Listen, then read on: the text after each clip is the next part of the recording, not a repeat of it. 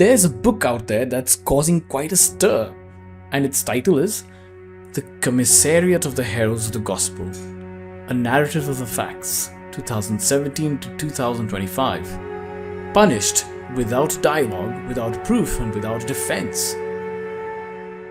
If you haven't read the book, then this video is for you.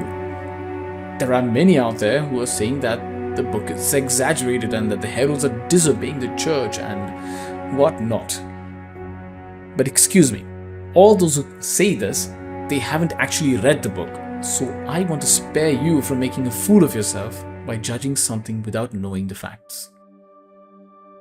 So as you may have heard, the heralds are under an intervention by the Vatican. It's been 8 years now, and the first part of the book is a cold narrative of the facts. 300 pages, no opinions, just facts, nothing else. Or better said, a purely objective account with many documents that prove an incredible amount of abuse of power, illegalities and injustices. And the supporting documents can be found in the appendix of the book. In fact, these are only a part of everything that the heralds have gathered along the years. Because if they were to include everything, they would have to publish more volumes.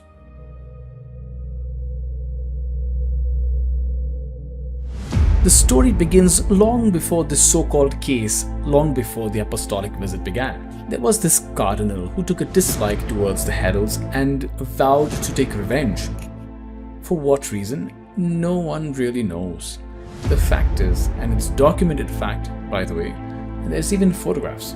The fact is that this cardinal, João Braz de Aviz, found a group of haters, of enemies of the heralds that gave him a pretext to carry out his plans. A little while later, with the help of certain unscrupulous media outlets, the matter took on the proportions he desired. Nationally and internationally, the heralds were slandered, mercilessly slandered, and from these slanders also came accusations and artificially fabricated lawsuits. Oh, and spoiler alert, the heralds have already won them all.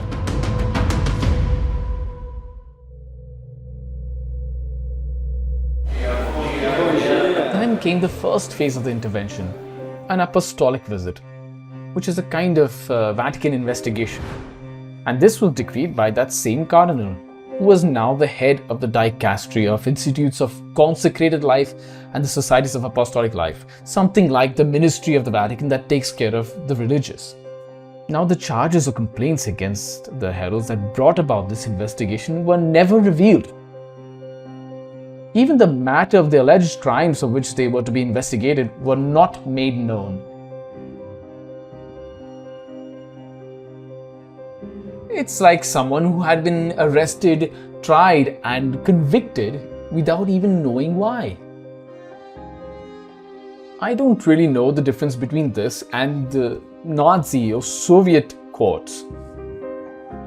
But if that sounded strange to you, it gets even worse.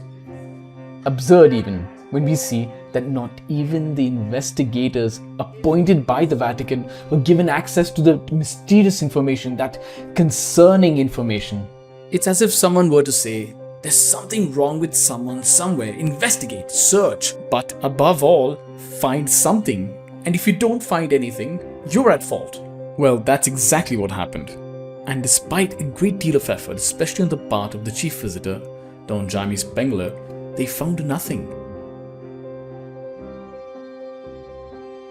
Now, the enemies of the heralds were given special attention by the investigators in the regions that they visited, but the heralds, in spite of that, cooperated without objecting. All of the members, one by one, were interviewed, minutes were noted down, but all of this in the midst of a consterning perplexity. Why this intervention? No answers. And every time the heralds approached the dicastery to establish a dialogue, they were rejected with or without a response. Finally, the visitors presented their conclusions. According to them, the results were favorable to the heralds. So what was the reward that the heralds received?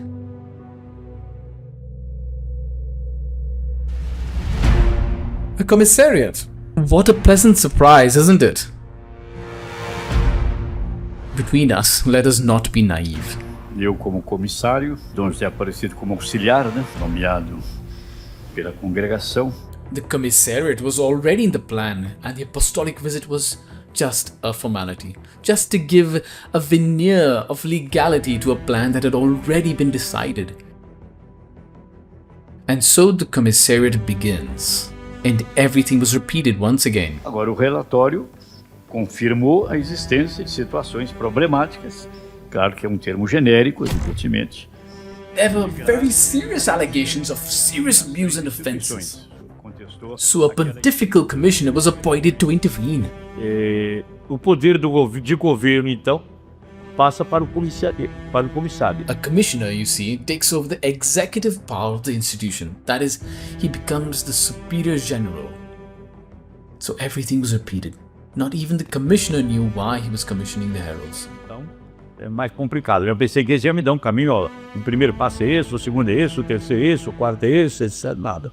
Então, nós estamos fazendo o que nós achamos que devemos fazer. The same old story again. The heralds of the gospel were still in the dark as to why they were being commissioned. De uma maneira muito genérica, se entra em problemas concretos. Fica sempre ressalvado o direito de pedir ao Santo Padre que reveja a sua posição. And the same old story.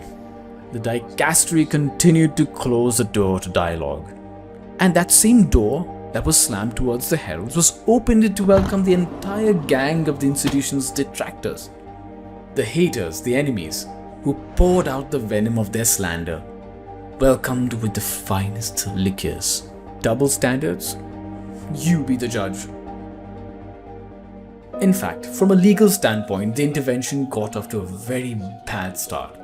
First, with the empty, irregular, invalid decree intended for other entities, or even, believe it or not, for non-existent entities. Sobre o que se trata de erros materiais do decreto, nós podemos pedir para que se corrijam. Then they try to correct it with another fraudulent decree.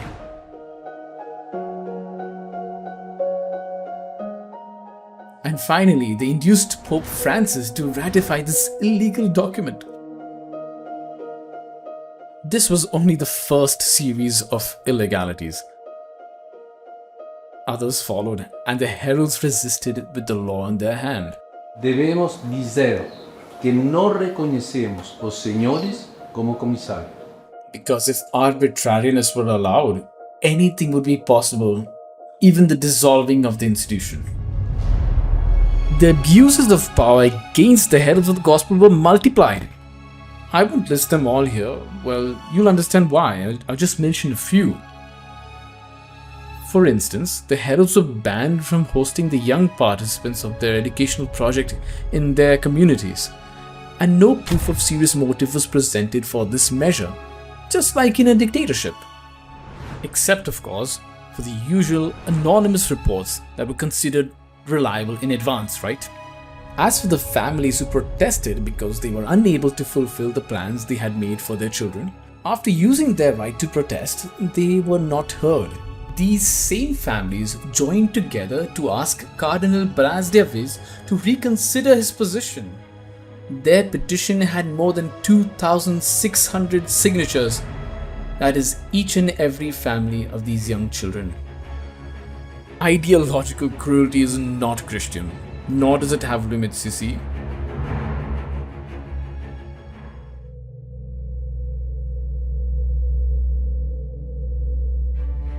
Speaking of not being Christian, we'll just mention in passing the moral integrity of the assistants who were chosen for the commission. In the midst of the work of the commission, one of the assistants, Carmelite friar Evaldo Xavier, was involved in an international scandal because of certain intimate photographs of him which were quite revealing, to put it mildly. Soon after this scandal broke out, 2 more members of the team ended up resigning. And why might that be?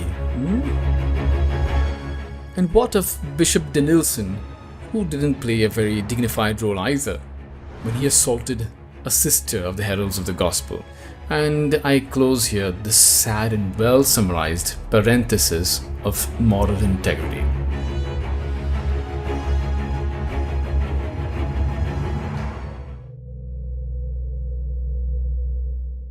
Após aquela visita apostólica, a igreja então quer justamente colaborar com os Heralds. And what was the result of this commissariat that was supposedly intended to heal and help?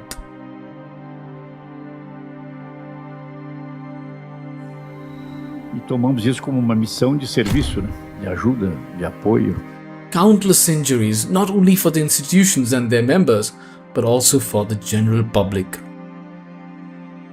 Da boca do Santo Padre a gente tem bem claro que isso é uma missão que não deve ser destrutiva. First of all, moral damage to the reputation of the institution by the shadow of doubt that was cast over it due to the abusive prolongation of this situation. Then, the economic damage due to the costs of the intervention, all at the expense of the heralds. Millions and millions. Institutional losses due to the unstable situation, apostolic works frustrated, ministries jeopardized. Because, I forgot to mention, 6 years ago, nearly 30 deacons of the heralds were forbidden from being ordained as priests. A aprovação da promoção aos ministérios, entende? E a ordem, e as ordens sacras também fica reservado ao comissário. Then there are also 6 batches of seminarians who have completed their studies and are awaiting their turn. All temporary and perpetual vows to be taken were suspended and new admissions barred.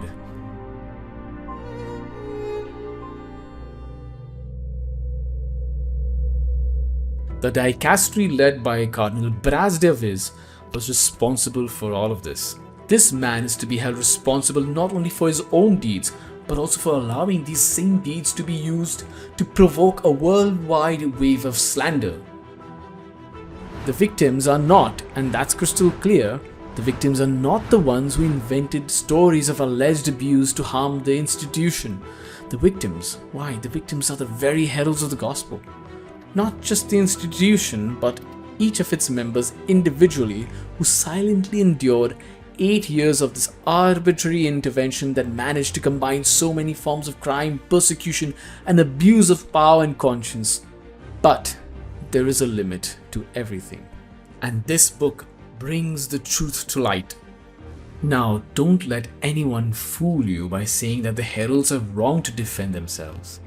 It has never been disobedience to defend oneself against unjust accusations, because, in fact, by defending themselves, they are also defending Holy Mother Church, the one who was most offended and injured in this sad story.